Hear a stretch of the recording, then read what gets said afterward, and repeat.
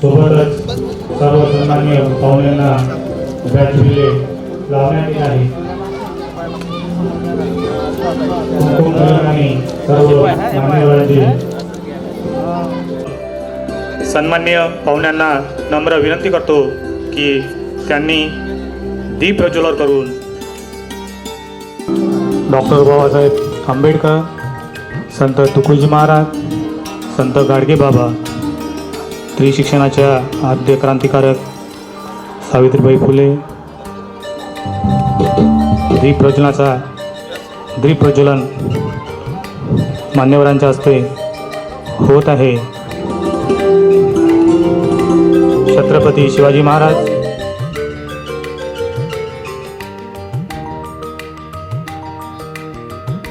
सर्व सन्माननीय पाहुण्यांना विनंती की त्यांनी मंचावर स्थानापन्न व्हावे।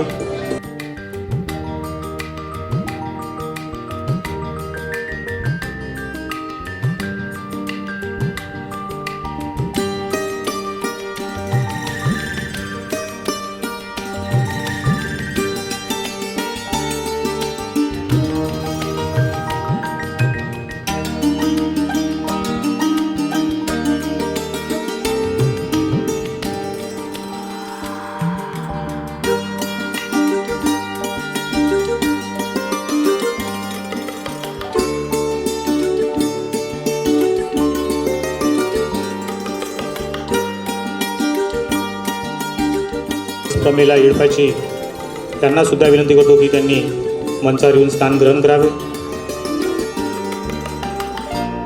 या आपल्या कार्यक्रमाचे उद्घाटक माननीय श्री देवेंद्रजी भुयार, आमदार मोर्शी विधानसभा यांचे स्वागत करण्यासाठी मी जिल्हा परिषद प्राथमिक शाळाचे मुख्याध्यापक सन्माननीय सुधीर कांबळे सर हे त्यांचं स्वागत करतील अशी मी त्यांना विनंती करतो। कार्यक्रमाचे अध्यक्ष माननीय श्री महादेवराव देशपांडे, आर्किटेक्ट नागपूर यांना स्मृतिचिन्ह पुष्पगुच्छ देऊन सन्मान करतील जगदीश पतेती, अध्यक्ष शाळा विस्तार समिती पांढरघाटी।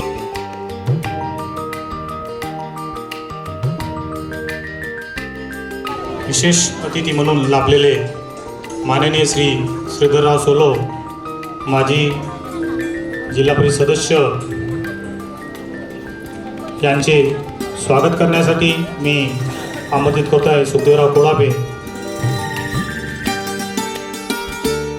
यानंतर माननीय श्री सचिन पाटील, ठाणेदार पोलीस स्टेशन बेनोळा यांना स्मृतिचिन्ह व पुष्पगुच्छ देण्यासाठी मी आमंत्रित करतो आहे। विजय इळपाची, पोलीस पाटील पांढरघाटी हे माननीय श्री सचिन पाटील, ठाणेदार पोलीस स्टेशन यांचं स्वागत करतील। माननीय श्री विलास पाटील, तालुका प्रतिनिधी नवराष्ट्र यांना सन्मानचिन्ह व पुष्पगुच्छ देण्यासाठी मी आमंत्रित करतो आहे अनिल युनादे। या कार्यक्रमाला प्रमुख अतिथी म्हणून लाभलेले माननीय श्री दशरथजी गाडगे, घटशिकारी पंचायत समिती वरुड यांना सन्मानचिन्ह व पुष्पगुच्छ देण्यासाठी मी आमंत्रित करतो आहे प्रमोद हाके। दिलीपजी बुरंगे, शिक्षण विस्तार अधिकारी पंचायत समिती वरुड यांना स्मृतिचिन्ह व पुष्पगुच्छ देऊन स्वागत करतील माननीय राजेंद्र बोंडे। त्यानंतर माननीय श्री सुधाकरराव कुबळे, अध्यक्ष तंटामुक्त समिती ग्राम खडका यांचं स्मृतिचिन्ह व पुष्पगुच्छ देण्यासाठी मी आमंत्रित करतो आहे मनीष पतेती। प्रमुख अतिथी म्हणून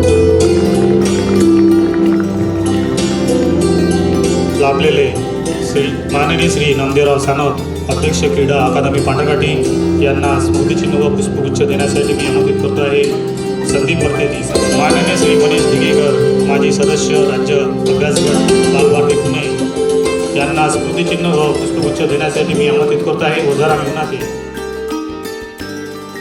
प्रमुख अतिथी म्हणून लाभलेले माननीय श्री चंदनाडे, केंद्र प्रमुख केंद्र बेनोळा यांना स्मृतिचिन्ह व पुष्पगुच्छ देण्यासाठी मी आमंत्रित करतो आहे कैलास हाके।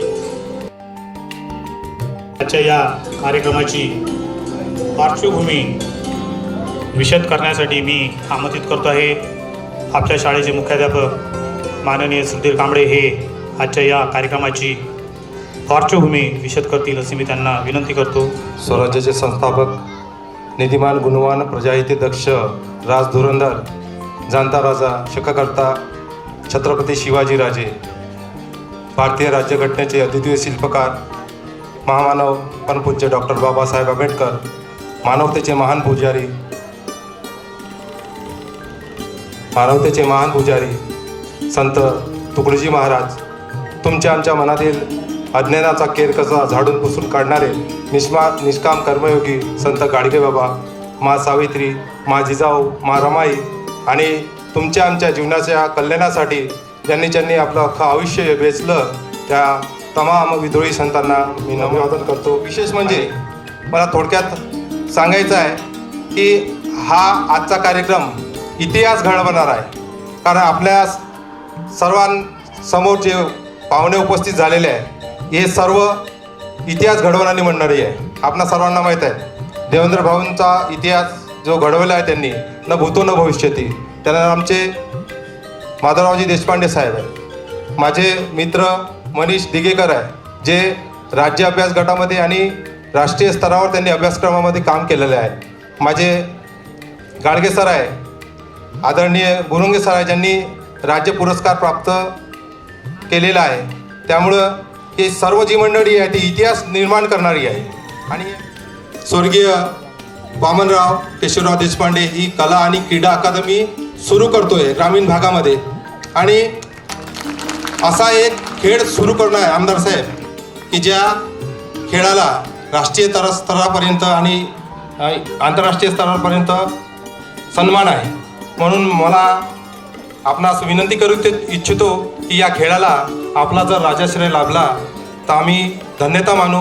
आणि खरोखर या प्रसंगी मी आपणा सर्वांचं आभार व्यक्त करतो. माननीय देवेंद्रजी भुयार, आमदार मोर्शी विधानसभा हे आपल्याला मार्गदर्शन करतील अशी मी त्यांना विनंती करतो.